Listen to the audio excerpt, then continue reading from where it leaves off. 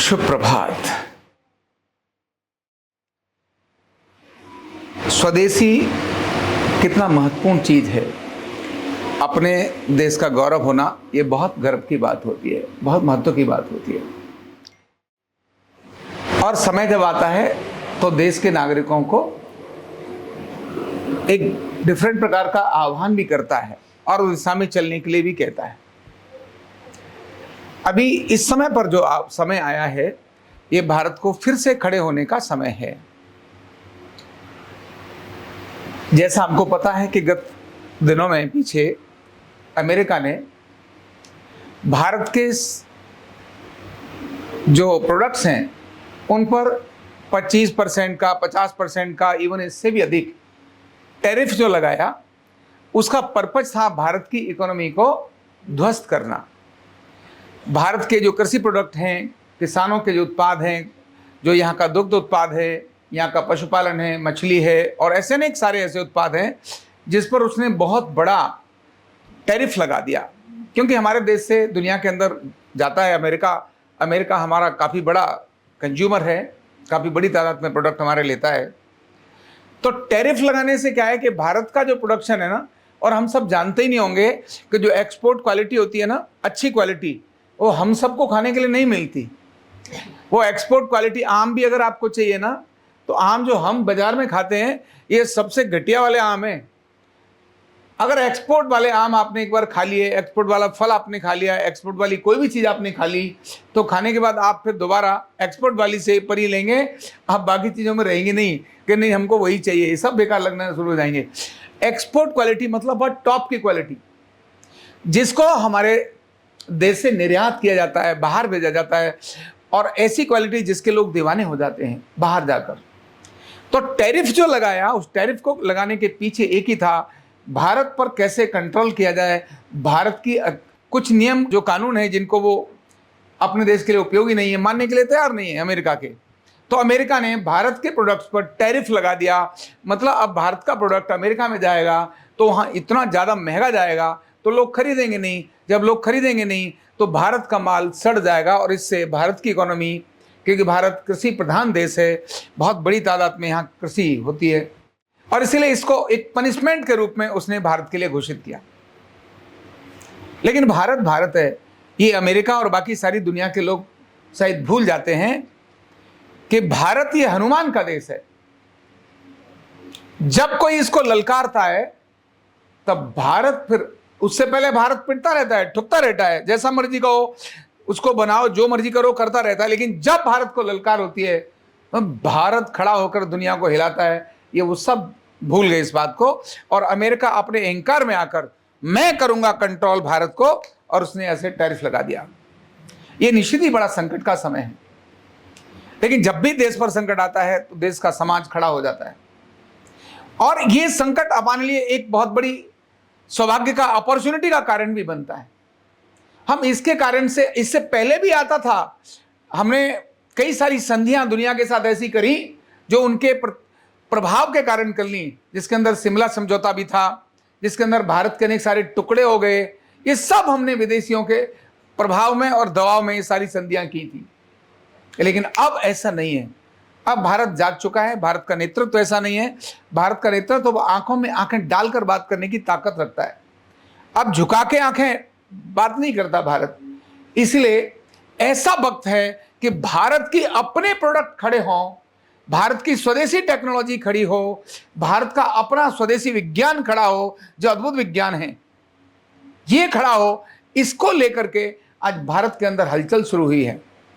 भारत ने जिस प्रकार से अपनी मिसाइल टेक्नोलॉजी तैयार करी, भारत ने जिस प्रकार से अपनी ब्रह्मोस मिसाइल तैयार करी, सारी दुनिया उसके लिए चकित है। भारत ने जिस प्रकार से अपना जो तेजस विमान दुनिया के लिए आकर्षण का कारण बना हुआ है, तेजस विमान भारत ने बनाया, इसको देख करके दुनिया डरी तो है, लेकिन भारत पर टैरिफ लगाकर भारत की उस शक्ति को बहुत तीव्र गति से बढ़ाने के लिए प्रेरित भी कर दिया। तो हम सभी भारतीयों का एक कर्म बनता है इस समय पर, जब भारत संकट में हो। शायद हम जो रहते हैं शहर वाले लोग, हमें बहुत कुछ फर्क नहीं पड़ता, पर गांव में जो व्यक्ति रहता है, जिसकी आजीविका ही चलती है खेती से, जिसकी आजीविका चलती है वहाँ के कृषि उत्पाद से, जो गाय भैंस पालते हैं, जो मछली पालन करते हैं, जो इस प्रकार का बहुत कुछ करते हैं, इनकी आजीविका जो चलती है उन पर बहुत बड़ा एक संकट, ऐसी उसकी घड़ी है। तो हम इस संकट की घड़ी में दो काम हमारे को करना आवश्यक है। नंबर एक, विदेशी लोगों को चुनौती देना। तुमने हमारे देश के सामान पर टैरिफ लगाया है, हम तुम्हारे देश का सामान परचेज नहीं करेंगे। तो अमेरिकी प्रोडक्ट्स, और बाहर अमेरिकी नहीं, विदेशी कोई भी प्रोडक्ट हो जिसको हम टाल सकते हैं। हमें लगता है हमारे घरेलू उत्पाद, हमें लगता है हमारे फूड उत्पाद, हमें लगता है हमारे ऐसे दैनिक जीवन में आने वाले वस्त्र परिधान, ऐसी सारी चीजें जिनको हम टाल सकते हैं उन्हें हमें टालना चाहिए और योजना से पूछना चाहिए क्या ये स्वदेशी, क्या भारत का बना हुआ है? थोड़ा कम क्वालिटी में भी क्यों न होगा, हम उसको ले लेंगे। हमें आवश्यकता नहीं कि हम उसका प्रोडक्ट लेंगे। हाँ, हमें लेना होगा, हम जापान का ले सकते हैं। क्यों? जापान अपना मित्र देश है, अगर आवश्यकता है तो उसका लेंगे। हम रूस का ले सकते हैं क्योंकि रूस हमारा मित्र देश है, इस समय पर हर समय हमारे साथ खड़ा होता है। ऐसे देश जो हमारे मित्र देश हैं, हमें लगा उनका बना हुआ है, हम उसका प्रोडक्ट ले सकते हैं। लेकिन खासकर जो शत्रु देश हैं उनके प्रोडक्ट को नहीं भी जानते हो तो भारत का प्रोडक्ट ही अपने को लेना चाहिए। बिल्कुल भी विदेशी प्रोडक्ट के प्रति आ रहा है, बहुत आवश्यक है, उसकी बात मैं नहीं कहता, लेकिन इन जर्नल अपनी आदत में एक बनाने की आवश्यकता है कि हम केवल अपने भारत के प्रोडक्ट्स ही प्रयोग करेंगे। और इन भारतीय प्रोडक्ट में ध्यान रखना, एक और चीज जबरदस्त चल रही है इस समय पर, चिकित्सा पद्धति के लिए भी बहुत बड़ा एक आंदोलन और अभियान चल रहा है। ऐसे में स्वदेशी चिकित्सा पद्धतियां जागृत हों, खड़ी हों, उनके लिए प्रोत्साहन, उनका प्रमोशन, इस पर भी देश में हलचल हो रही है।